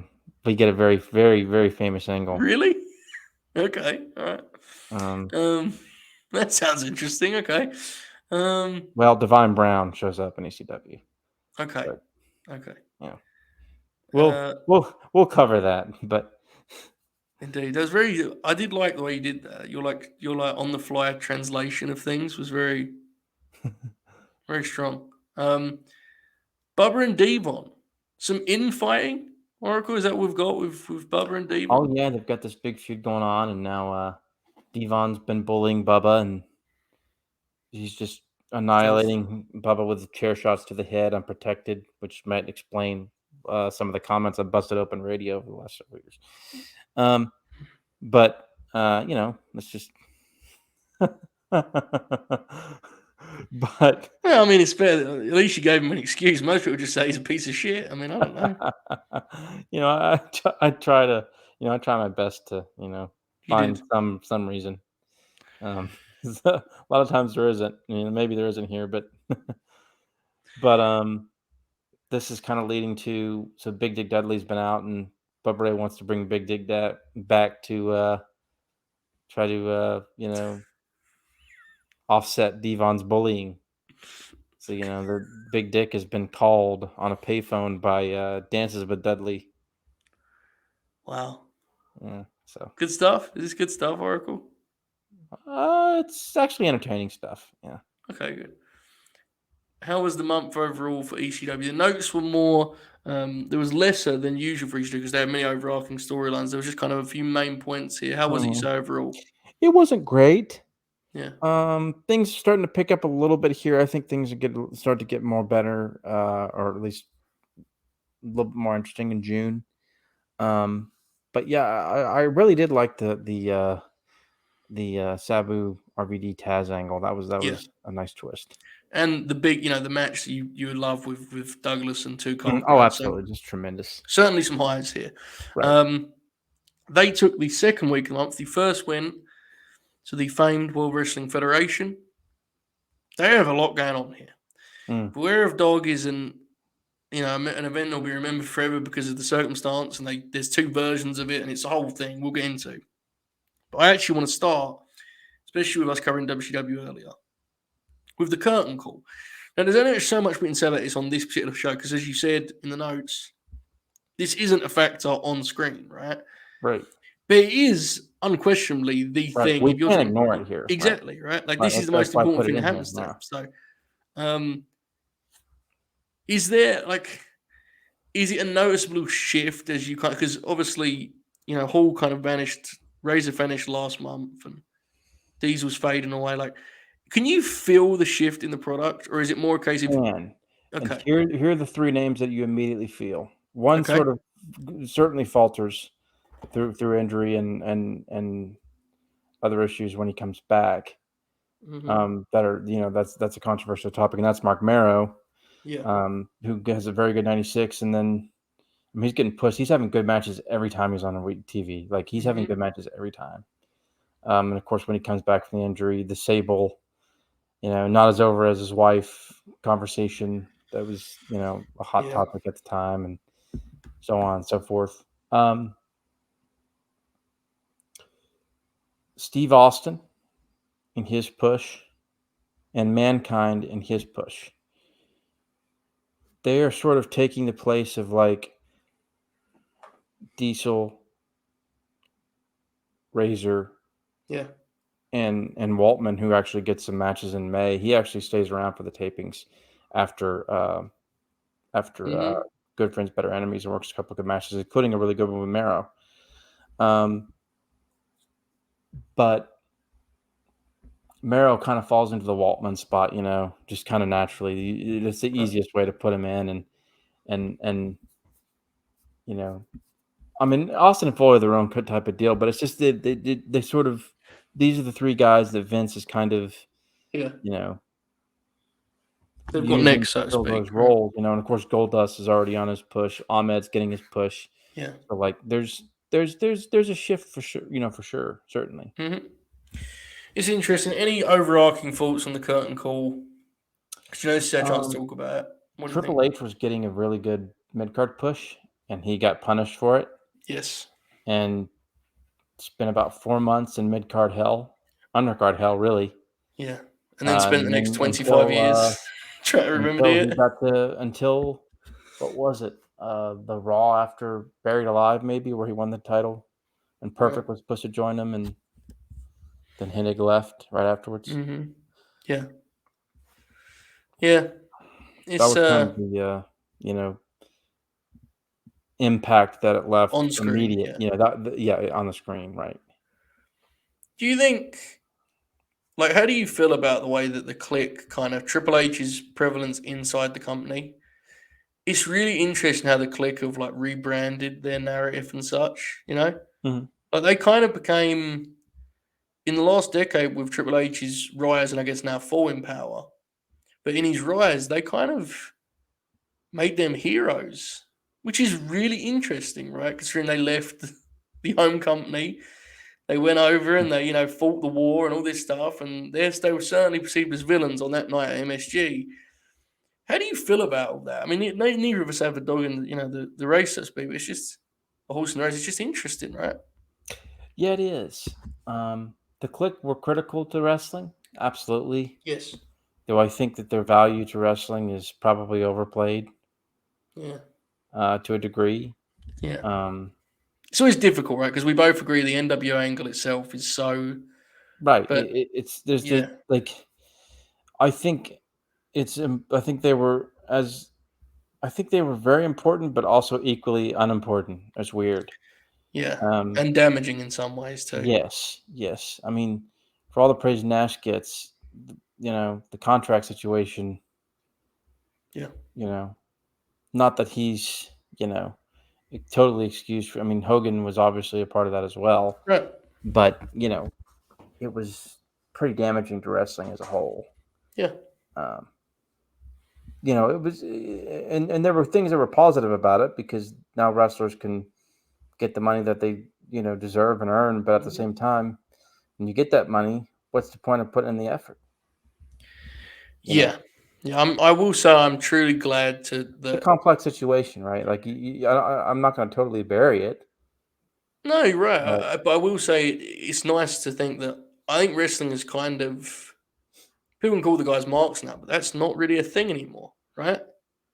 Like, who is the like seriously? How often, Oracle, do you see a guy on TV and go, "That guy's completely just guys work hard now, man, for better." Like that trend isn't as kind of extensive as you thought it may have been, considering how they took to the money. So right, guaranteed money hasn't been as damaging. I think some of the old heads feared it would be when they saw how Kev reacted to getting it, and some of the other guys. So it's interesting. right. Oh my God, this girl, this girl on NXT that's just graduated high Um, school.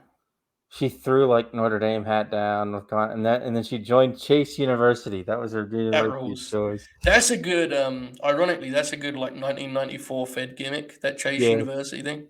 Yes. Bruce, Bruce loves that. Oh yeah. Um, okay, let's go back to Buerto. Let's talk about it just as like a complete piece because it's jumping back and forth and so this just the main event is Goldust Taker the casket and um it's a big spot for Goldust, man. Let's talk about the build. So just quickly before you go, Goldust took best promo with his promo on Taker. Yeah, best angle with his famed mouth to mouth deal with Ahmed Johnson. This feels like a big month for Goldust. Am I Oh right in yeah. saying He's that, just Oracle? getting this mega push still. It stalls on the fall. Yeah. I think for a number of reasons. One of which I think there were a lot of controversy with his push, Yeah, and there's a lot of complaints and Vince stuff, kind of right? had to back up on that a little bit. Yeah. Um, Understandably so, but I really enjoy this stuff. Though people find it offensive, I understand. Yeah. Um, the Taker promo where he just the lines that he says, obviously, explicit somewhat sexually, but it's just Hmm. clever. He just delivers them so well, and when like the movie quotes that he uses, it just pops me. He's just really good. He really embraces the character Dustin does, and does a really good job of it. Yeah. Um, the Taker match itself, the cast match was awful. It's so Like, slow but moving. like the the build to it is because like Mankind shows up at one point and like because Taker's showing like he's in the casket and they're like trying to scare Goldust and Yeah. Mankind just shows up and closes his casket and like Hmm. locks it closed and like beats the shit out of it with like a pole and Yeah. like Mick plays the Mankind character is terrifying in '96. Like he Hmm. plays it so scary. And No don't get one me could have done wrong, it like better. '98 Mankind's funny. Like I love '98 Mick. Like Hmm. because but it just shows how his versatility as a Yeah. character. Just incredible. Um Yeah, absolutely. I mean he's such a dark and scary character, but he's so He good is and he's his doing it in that range.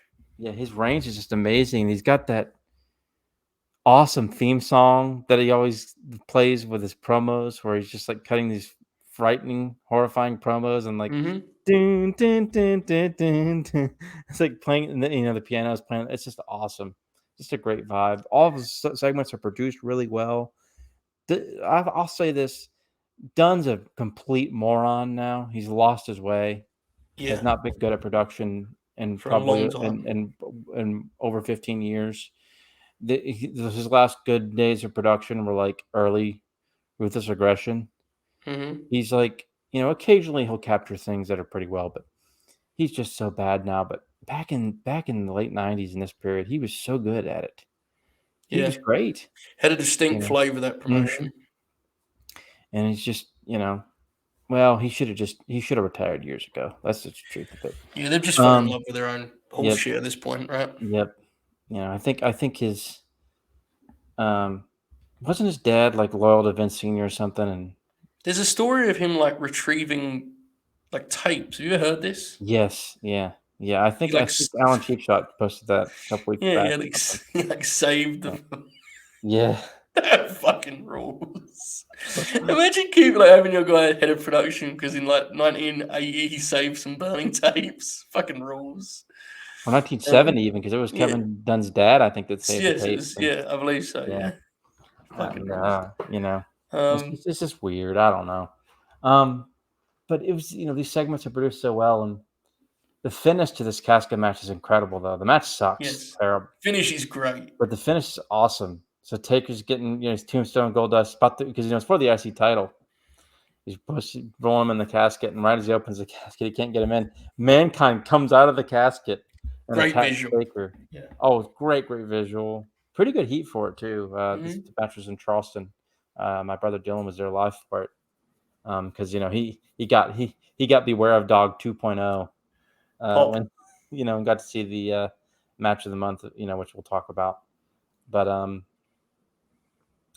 yeah, like this was an awesome finish, and we're kind of really getting full speed ahead into the Taker Mankind rivalry, and they have a series of matches that are, the King of the Ring match is kind of still kind of shocking in a way, Yeah. because Taker does shit you'll never see him do right away, and Hmm. then the SummerSlam match is the turn, right, and then Yes. the build to Buried Alive is one of the great WWF builds of all time, an It's a all-time famous great rivalry. build.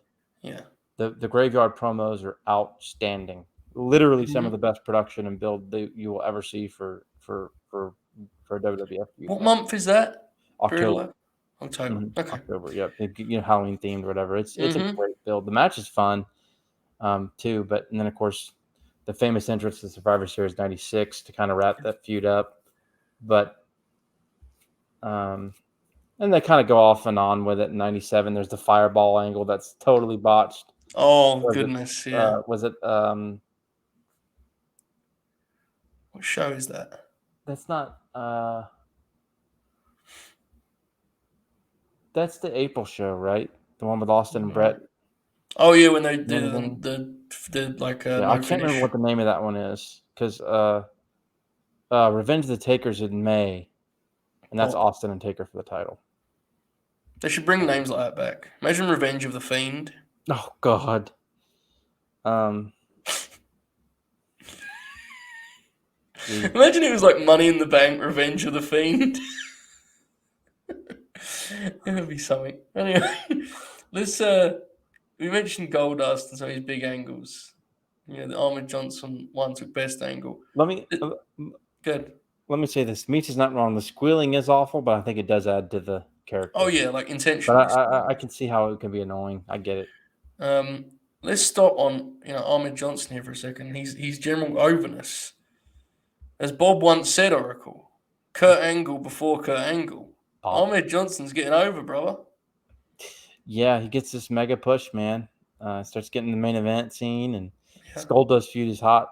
Like, to the big angle, mouth to mouth after, because Owen knocks him out with his cast and costs him King of the Ring. Ahmed and Vader have a fun match. Owen's on Hmm. commentary and jumps in. Yeah. Vader's just Kent Cornette, Hmm. buddy, and jumps in and hits him with his cast. Ahmed gets taken out of a stretcher, and Goldust is back there because they have I think there was like a previous confrontation that they had, and or something, or Ahmed ran Goldust off or something earlier in the show, I think is what happened. And Goldust gives a mouth to mouth, whatever, and Vince is appalled on commentary. And Yeah, that's tough. yeah.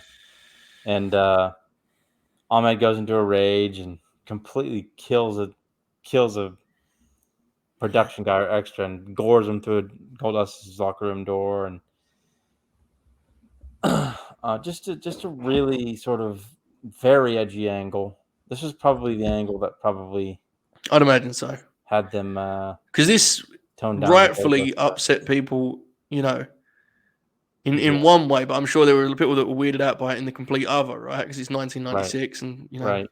God forbid Right. some of It the calls they got. I enjoyed it, but it's Yeah, no, I absolutely get it. Yes, right. Yeah, it's not for everybody, understandably so. It's very controversial. yeah. But it's just Dustin plays it so well. It's so believable. We talked about on Grin Um, Grappler, right? Like, look, Mhm. there's a lot of elements to the Goldust character that are like that have objectively just aged terribly, Right. and the way it was played for Heat and stuff. There's a lot of elements to the character that were, you know, cool and kind of ahead of their time, but the way Mhm. they're presented does not allow that to be the case. Right. So it's I'm complex. I'm with Whiskey Dick Vital Pop at the name. Owen on commentary was always fantastic. It's true. I always love the beginning of King of the Ring '96, and we'll get that, and we'll get that when Owen comes out because he has commentary the whole show. Yeah, And they call Owen out, and he comes out with his awesome theme music, and he's got the slammies and the cast on. that And he's like rules. jawing Yeah, with the fans. It fucking rules. yeah, That's like he was one. great. That's like one of the memories I have of that show more than any other thing. More than Austin, like Owen coming out with like the slammies. That rules. Beware of Dog. Let's go back, and Bulldog and Sean is the title matches you kind of alluded to earlier. They do the the controversial finish here. Mhm. Thoughts on the match and kind of this whole title program? I looked at match reviews after I watched it, and I was shocked at people being so positive. I thought it was terrible. I thought the match Terrible. sucked. Yeah, I was. It was boring. I was bored by it. I Boring don't would know be what it my was, yeah. I don't but find it particularly like compelling. people were like really praising it, and I was like, "What?" I mean, Yeah. not like crazy or anything. People weren't like calling it a classic or anything close to that, but it was just there was positive, and I was like, "Really?" I was like, "I did not Yeah. get into this at all. It was just boring to me." Yeah. And people were kind of praising the spot where Sean like took that crazy bump to the floor. It was a great bump, but like it just looked like they messed up a knee lift spot. It was just weird. It seemed like Mm-hmm. the chemistry was off. I don't know. It's just I don't know. It really didn't click for me, and the finish was terrible. Yes. Finish was terrible. Although the early segment in the match where Clarence Mason, um, basically subpoenas Shawn Michaels, Mm-hmm. and the pre-match is very amusing, and of course Shawn So gets the paper and throws it at him, or throws it at Diana, and Diana gives this hilarious like effort of a dramatic jaw drop. so Dave gave this 2.5. Is that about right? What do you think? Yeah. I think that's about right. It's just kind of a nothing, right? It's Yeah. not really. It's nowhere near as compelling as Brett's title match with Bulldog from the end of last year, '95. Right. So there you go, folks. Case closed. Um, Now, you and I have talked about this for a long time. I've referenced it many times. Best match of the month for the WBF. Steve Austin, Savio Vega, Caribbean strap match. Brother, this match is a Fed classic. I've told you this. This is one of the few hills I'll die on about a product and promotion I have no interest or knowledge base on. This match, it gets love, but it's always brought up when people talk about Beware of Dog losing power and like they're in there doing the match and forget that. Watch this match and tell me it's not like a genuine. This is a great match. It's Austin great. is spectacular, and I love Savio, but oh my god, Mm-hmm. Austin's spectacular. Oracle, speak to you. I love this match. Oh, just the teases and the creative ways they do, Yeah. and there's violence in it. Like the strap, like Austin's tearing into Savio with the strap. Yeah. There's Yeah. these great spots where like they do creative ways to cut off the turnbuckle spots. Like Savio, like Austin pulls and Savio does like a front flip bump. There's a spot where like Savio gets tossed to the floor, but he hangs onto this And Oh, Austin takes a horrible tumble outside because Savio hangs on and pulls him down with him. There's just so good. The one criticism I saw after I watched it was that people were critical of the length. I think it was a little. I do think it was a tad too long. it's a I will beat say long. that. Yeah, it's a beat long. But it was so good. It was excellent. Yeah. You're spot on. This match was great. Austin was incredible in it. The viciousness. That's what stood out to me, and just the creative spots. Yeah. I'm not a huge mark for creativity, but in a match like this, you need it, right? You Like need it need because to it's have. yeah. And the way they milk the drama, you want the viciousness, you want the drama, you want the creativity, the Mhm. creativity in a match like this. Yeah. And there I am, when I'm stumbling on my words, I have to really, put in every syllable, creativity. There you go. Just like I said earlier on the grin on the grin along, comedic. That did roll. You didn't even stumble once. You just said it that way and popped yourself as well. But yeah, this was just excellent. Savio, of course, was great and had a really good finish. Where like Austin's it's kind of ambiguous, Yeah. Austin he can't really he can't get away from Savio because he's trying to get to the buckle or whatever, but he can't stop him. But it's kind of like this sort of nature of obviously if DiBiase, if Austin loses, DiBiase's out, and of course the chauffeur part of the angle's obviously very 1996, where if Austin wins, Savio is Ted DiBiase's chauffeur. Indeed. But I just they really play it off because they never really fully go in that Austin does it on purpose, but you can sort of think that maybe he did because he kind of looks back at Ted DiBiase at one point. And you can't it's really good tell if drama. he's trying to he's just saying screw it. And plus, Austin gets his win back in the King of the Ring tournament, so it's not Right. But it was a way for Savio to win the feud, right? Absolutely, it's awesome. And DiBiase leaves, and of course becomes the trillionaire Ted, the benefactor for the NWO. Yeah, he's. And then later becomes the Steiner's manager. It's remarkable, Steiner's and Ray Traylor. Considering that's the spot he comes in. It's remarkable how little I have fond memories of him in that promotion, or him at any point post wrestling. Honestly, oh, I know. Is he just no good at this? Is he just not a good manager? Is that what we're concluding? The only good part is when he does that, where they spot him in the crowd at Nitro. Yeah, and he does the that 1, does rule. 2, 3, 4, 5. That rules. That's an incredible moment. And they show it in slow motion at the end of the show. Maybe it's a booking thing. Maybe it just never quite clicked. I don't know. Yeah, I think it's both. I think it's mostly him, but I think you have to. I'm being honest. Yeah. No, you're probably right. I think booking. To be fair, I think booking should be thrown in there as well, especially in WWF. He's that stuff's kind of is what it is. You mentioned Owen on commentaries in the cast, right? And obviously it's not great when one of the 5 good wrestlers on the roster is on the bench. You get what you get. But how is Owen coming along? Just being a presence on TV throughout this. He's fun. He's still wrestling, but he's done some. He's done a few commentary gigs, and like I said, he'll be. I think he did commentary for Ahmed and Vader, and he'll be doing most of the show King of the Ring '96, I think. Yes. So he's just. I don't know. Owen's so entertaining, and his '97 was so good. He was so good in '97, just incredible. Mm-hmm. That Austin rivalry, I'll never forget. And we'll get to it, but when they build to Austin finally, Owen finally getting his comeuppance from Austin after the neck break, they build the Survivor Series, and I've always loved the Survivor Series '97 match because Owen comes out in his awesome theme song. So doesn't he change his theme in '97, or is it back to his old one?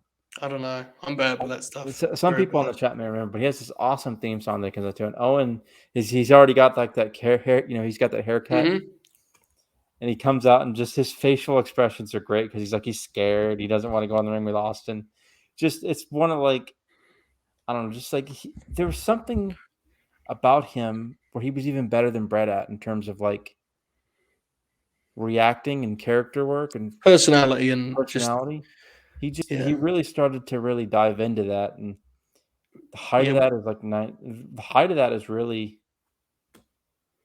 the Brett feud '94 through the end of through basically Montreal, and Yeah. even afterwards, because when they do the thing where Owen leaves and then comes back and has a Shawn feud, and he's like in all black and he looks fucking awesome, and the crowd is like chanting his name and shit. You ever see Yeah. this? I wish And that was. I wish there was Vince more scolds to him it. in the promo in the ring, and Owen just looks like a bad MFer.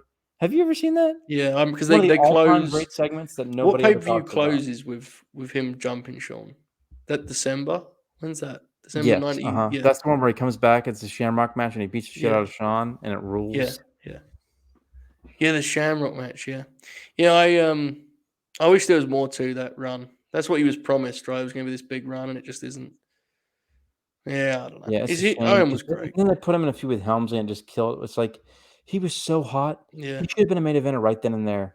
Boom. He should have been pushed as a main eventer with everybody. Yeah, but if you were Triple H, brother, that could never hurt anyone. If you were Triple H, calling them off, no way. Simone No, I Gangster mean, Party. in fairness, well, not in fairness, but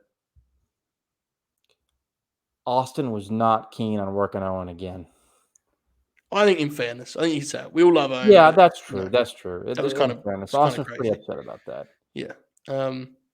Yeah. It is what it is, right? Everyone makes mistakes. I think Yeah. it wasn't probably the best way to handle it, but it's Because hard. I think Owen should have been in a main event, and like a '98 feud with Austin would have been awesome. Yeah, but I think you're right. Austin was not. Not He weren't risking that money again. No. Samoan Gangster Party. They're like watching on at this point, right? This is like a weird. They're like stop through. Yeah, they kind of because they go to ECW feud with the Gangsters. Yeah, because so the Samoan Gangster Party is. Sorry, somebody's alarm's going off outside. That's so fine. You hear that? It's like It's Samu of the Head Shrinkers, right? Mm-hmm. And is it Rosie? Who's the partner here? Rosie and the other. I think it's the other head shrinker. I think. Yes, it's Rosie and then the other head shrinker. That's the Samoan Gangster Party. Because it's not Fatu, it's just Samu, right? I think that's correct. Yeah. Correct us if we're wrong in the chat. Yeah. That's the team, I think. And they're just like watching, aren't they? They just watch and then they go. Yeah. Yeah. Fair. Okay. They look cool. They do look cool. Man. Yeah. That makes sense. All right. Okay. Let's stick with the tags. The Sonny's issues with the Goblins continue. How is the famed World Wrestling Federation tag team ranks looking over there, Oracle? How are we doing? Skip and Zip are a really good tag team. They have good matches, like every time they're on TV. Mm-hmm. But except for the Goblins. Goblins are terrible. But they're just, they're doing this thing where Sonny's basically the center of the tag division, literally. Yeah. And like, she's like, well, Skip and Zip, and then the Goblins win the belts, and she's got this, she's like manipulating Phineas, and then I don't think the Goblins win yet. Maybe they do. I can't remember. And then eventually the Smoking Guns beat. I think the Smoking Guns beat. I think it's the Goblins win, and and then the Smoking Guns beat the Goblins. That's right. She pretends to be with Phineas, mm-hmm. and then they win the belts, and then she, on the free for all of Beware of Dog, she turns on the Goblins and helps Smoking Guns. And then now she's the manager of the Smoking Guns. She's the center of the tag division. Yeah. Look, Sonny's, flawed individual doesn't do it justice, honestly. But there was much worse choices you could have made in 1996, right? Like, she was over and she was a star, and yeah, okay. Yeah. With the most downloaded woman on the internet or something. Factual. Now, the final part of this is about the Ultimate Warrior. Mm. And I believe your description was out of ring promotion. Was that it? Promote? Yeah, so with these comic books and it's promoting it sort of. Is this when he's just got like the cap on and he's like just like a weird kind of lunatic man who isn't really the Ultimate Warrior? He talks about like his beliefs and weird warrior speak, and like it's all very cringe and this dude's bizarre. Fucking nuts, man. This dude was a lunatic, wasn't he? A lunatic. Crazy. He's like, how is this stuff on TV? What's happening, Oracle? How long are these? Taylor? What does this look like on the TV show? What do we get? 3-minute video about like we in Warrior Nation or whatever. I'm like, the fuck is this shit? Terrible. He looks so like he's lost it to such a degree at this point. He just looks enraged at every turn. Like he's just talking. He's just like so mad about his own voice. I don't fucking know. It's weird. Yeah. Yeah, he's a really weird guy. He sucks, in fact, is what I should say. WWF, May 1996. It's clearly a month known for outgoings more than anything else. But how would you kind of conclude when it comes to this month for WWF Oracle? A solid month. Yeah. Pretty strong altogether, really. I'm in June, and let me tell you, part of it is that they're just getting beaten in the race, but let me tell you, things are not looking. Yeah. Things are starting to look. Hmm. I don't know. I can already tell that there's some darkness in front of us for the WWF. Indeed. Well, you get what you get, I suppose. Mm-hmm. So this is the end of the first leg, season one, whatever you call it, the historical oracle. Any kind of final thoughts before we look ahead on just what has been? So you've now watched what, like 8 months, right, of wrestling? 8 months, 9 months, something like that. Months, 9. many months, 9, right? 9. Yeah, 9. It's a lot. And you know, it's stuff that is the groundwork for one of the most iconic eras in wrestling history. Obviously, I'll always have a great love of that hour Nitro format. I don't think it's ever been recaptured in terms of that degree of star power in competitive matches over an hour. I think it's like a one-off in wrestling history. Right. It's a really interesting show to kind of look back on. ECW's obviously been killing it. Like, just kind of broad thoughts on what you've done so far. It's a forgotten first 9 months. Mm-hmm. I mean, yeah, it's been covered ad nauseum for sure, but it's not like the next 2 years, right? I agree. Like, or even the next 3. Agree totally. Yeah. This is kind of people just sort of skip ahead to May 27th, 96 and go from there. It's a whole 9 months before it that nobody ever really talks about enough.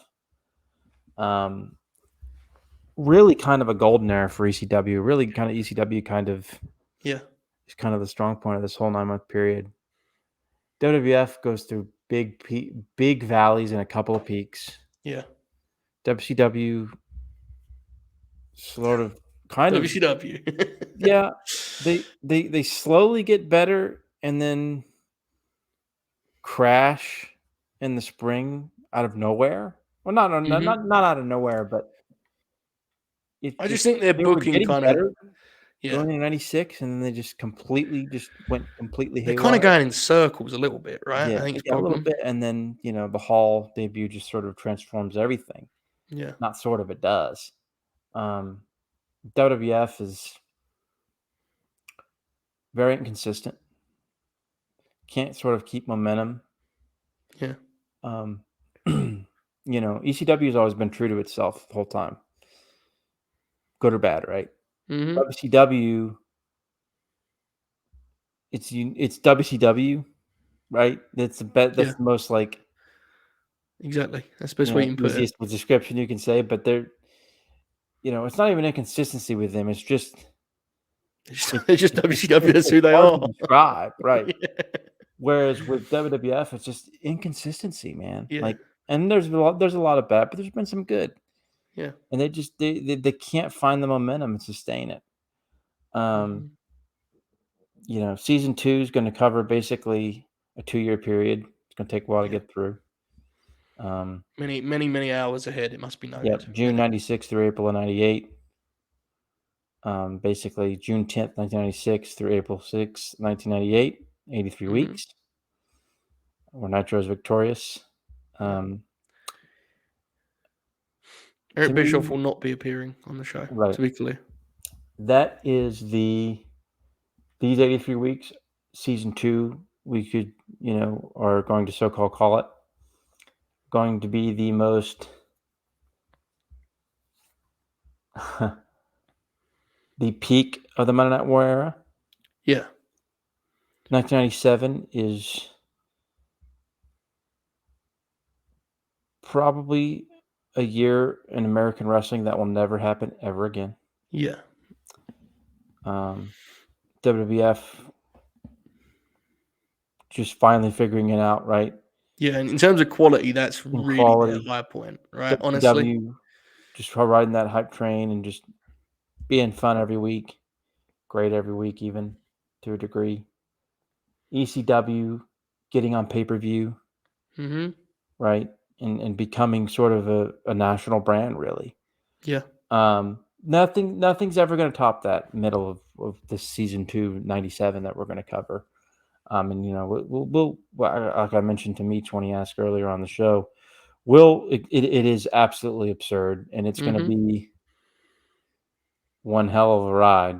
It's going to be a big thing. That's going to be, we will probably get to 97 at the end of the year, and I imagine we'll be spending 2023 in all reality covering most of Works this for me, 83-week brother. run, and Yeah. depending on my pace and what's going on in my life and whatnot, and how we're doing on the grin, I'm fully invested in this. Yeah. We've got some specials coming up this summer for Historical Oracle. Mm-hmm. One that I think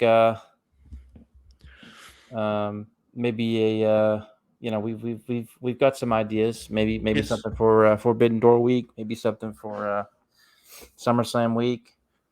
Right. Lots of ideas that Joe and I are kind of Yes. throwing around. And we're open to ideas, right? It's worth Right, saying, right? absolutely. And I'll say it again. This is still going. The ball's still rolling on this for Monday Night Wars. Mm-hmm. Kind of taking a little bit of a break from it so that there's not so much of a, with the 2-hour nitros and stuff and a busy Yeah. summer for my shoot job and great term that my brother Dylan once taught me. I bet he's very used to hearing about shoot jobs, right? I bet Yeah. he hears about it a Oh lot. yeah. Yeah. But so it's a busy summer, but we've got some ideas. We'll probably cover a good bit of the summer '96 this Yeah. summer. But maybe once a month or something, which is Mm-hmm. kind of what we've been doing. But but yeah, we've got a long road ahead. But this next big chunk that we're going to cover, let's be honest, over the next year or so is going to be very exciting. And as you all said in the chat, 97 is a monster of a year. Yeah. And that's really second half of 96, early 98 with 3-hour nitros coming. I mean, it's Thunder debuting. It's It's a lot.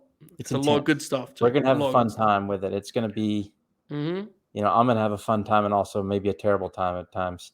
But we'll see. Yeah, it's good. That's why the pace. It's important you go at the Right. pace you can, right? Exactly. Right. We are absolutely planning something in this way, We have right? mentioned that. Yes. Yeah, Summer of Punk. I don't know necessarily the format. The one thing I do want us to be careful of, and it's like, I think you and I are down for it, but I don't think either of us wants to like add some insane amount to our watch kind of load. Is Yeah. so It's probably going to be something that can be done within a week or so. yeah, exactly, yeah, These summer specials that Joe and I are going to put on, and we'll probably yeah, have, we'll maybe get some guests, mm-hmm. you know. Yeah. It's Um, kind of I think you and I kind of pull back the curtain a little bit here, but you and I at the start of the year kind of we agreed that we need to do some more variety on the platform, mhm. and I think we're both big believers in trying to give the people kind of special additions to the schedule. I think Right. it pops both of us the idea of doing stuff that's like singular. This is great as a straightforward narrative and month to month, but doing one offs is a lot of fun. As a thought and a concept. So I think we want to kind of make the schedule different and exciting. Like even something like this, brother, I'm absolutely down to watch Beach Blast with the guys at some point. Like that's fun to me. Yeah, So we got we've got a fun summer ahead. We've got yeah, 3 big weeks yep, of wrestling to cover. Forbidden Door at the end of June, yep. SummerSlam at the end of July, of course, a double header of a week with That's gonna be Clash of crazy. Castle and All Out. Yeah, You know, You know what we're going to do that week? I'm sure it'll be a little bit more all out focused, but so it's because it's such a big event. But Oracle, were you aware of? We'll definitely put in probably 2 shows at least for Clash of the Castle. If anything, just a preview and a review. Oh, we have I have a special show for that week too. Yeah. We're gonna do a show at some point. There may even be a green segment. I don't know. We're gonna line up both cards, and using only the talent on display, we're gonna try and put together the ultimate meshed card. My God, that rules. That because I have no clue what Clash of the Castle is going to look like as a card, even, which is hilarious. Well, since they're going to have these feuds run through Money in the Bank that are going on for 4 months, you won't know anything to watch Money in the Bank. Typical Fed. But anyway, typical Fed. Let's close with that. Yeah. But yeah, folks, we've got a lot of things coming up. It's going to be a fun summer. Yes. We've already mentioned it some, but I think we'll have.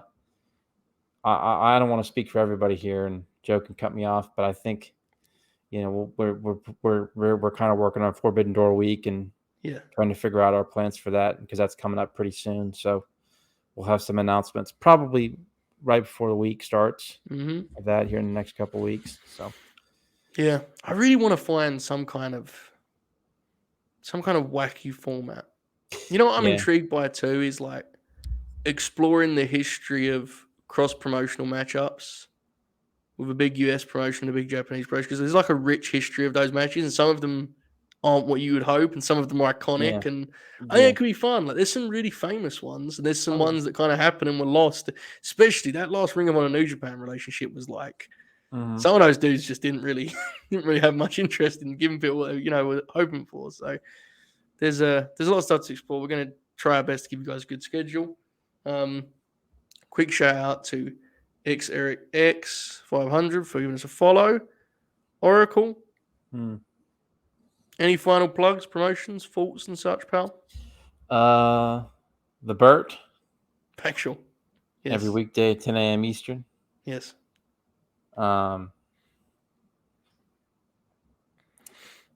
The Fed Dead Redemption. Factual. Moved to Thursdays. Don't know what time that will be. Probably 6:30 Eastern, I would say. 6:30 Eastern. Okay. Yeah. Of course, the Grin at its classic time.